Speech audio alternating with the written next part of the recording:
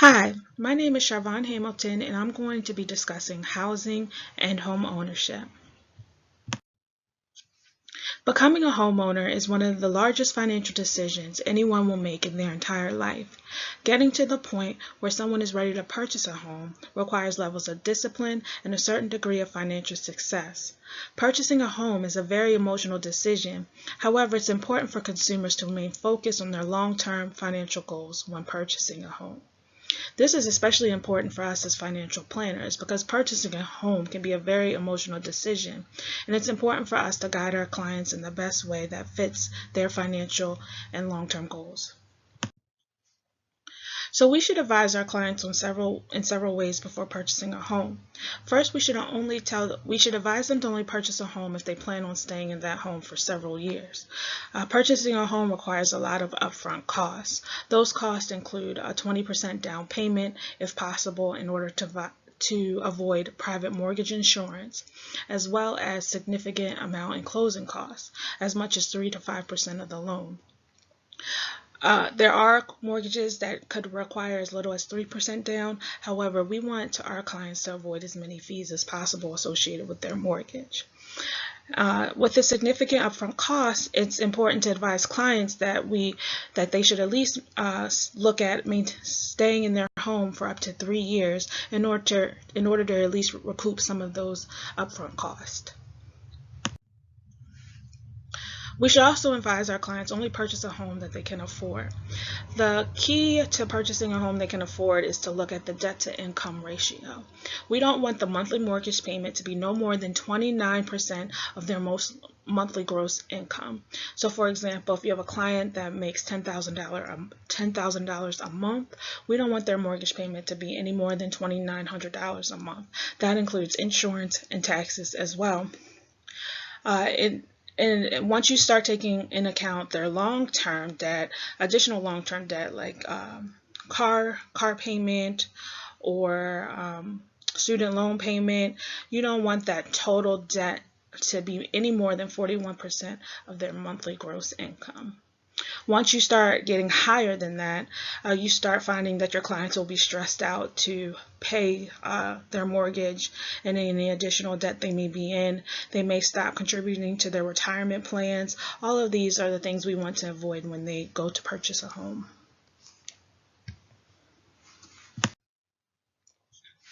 In addition, we want to advise our clients to save at least 6 months of emergency expenses.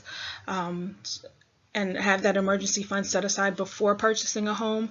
In addition, we want them to purchase a home at their peak credit. So we want their credit to at least be 650 for a conventional loan, and we want it to be even higher if possible, 760, to be able to apply for the highest and best or for the lowest and best interest rates.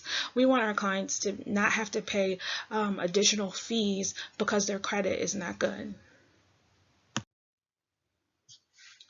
So once once a person decides to purchase a home, there are several financial advantages that they can take, that they have given to them, especially with regards to taxes. One of them being the mortgage interest deduction.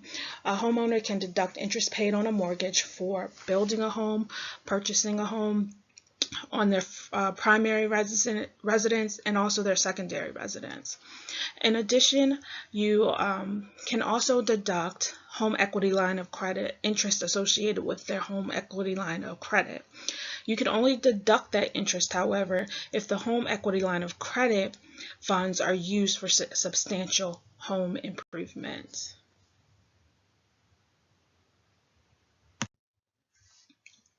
Along with the deductions for mortgage interest, you can also deduct state and local tax deductions up to $10,000 in addition to property taxes. And then another major tax advantage that you get is when you go to sell your home. For someone that's single and sells their home, they can exclude up to $250,000 from their income. And if you're married, that goes up to $500,000. One caveat is you must have lived in the house at least 2 out of the last 5 years. This is a significant improvement. For example, say you have a client that purchased a home for $100,000 in 2010 and went to sell that home in 2018 for $250,000. That's $150,000 in capital gains. However, that does not have any tax consequences because they can deduct that from their taxes.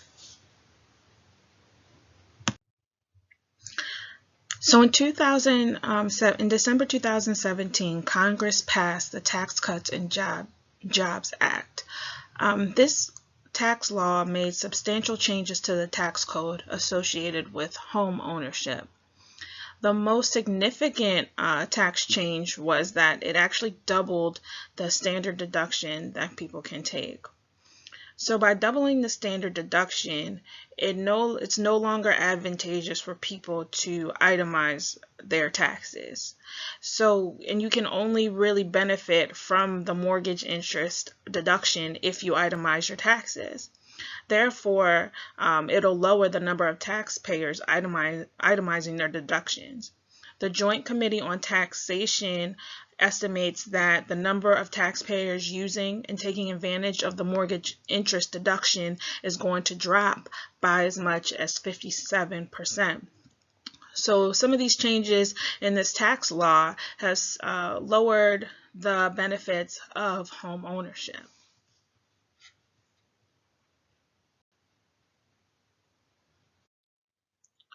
There are some risks that come with home ownership, such as potential depreciation.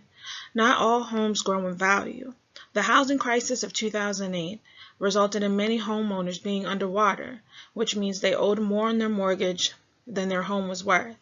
It doesn't take a housing crisis for home prices to become stagnant or drop.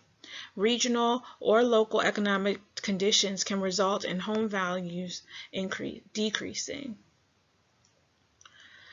Another risk is that the funds that you have in your home or it's not liquid. It can be difficult to get access to those funds. If you want to get access to the equity in your home, you can go through a refinancing process, but that also comes with additional fees associated with closing costs. In addition, if you want to sell your home to recoup or to get the equity out of your home, it can take several months to a year to sell a home, and there are also fees associated with that as well. Also, just owning a home means that you're pretty settled in the area that you've purchased your home in. It's difficult to move or relocate because of a job if you want to. And if you need to move quickly, it can make it very difficult. In that instance, you start finding people that become landlords just based off of necessity rather than the desire or making a good purchase. The benefits of home ownership comes with risk. However, the financial advantages should not be the only determining factor when deciding to purchase a home. It is important to weigh the advantages along with the risk and ultimately determine if this purchase fits within your long-term financial plans. It's up to us as financial planners to guide our clients to make the best decisions. Like I said before, purchasing a home is such an emotional decision, and it's easy to get hyped up when you find your dream house, but it's important for us to really just guide our clients and to help them keep a level head and just advise them to what really fits into their financial goals. We don't want to set them up for failure, and we want them to be able to have enough money to be able to retire healthy and have enough income to survive.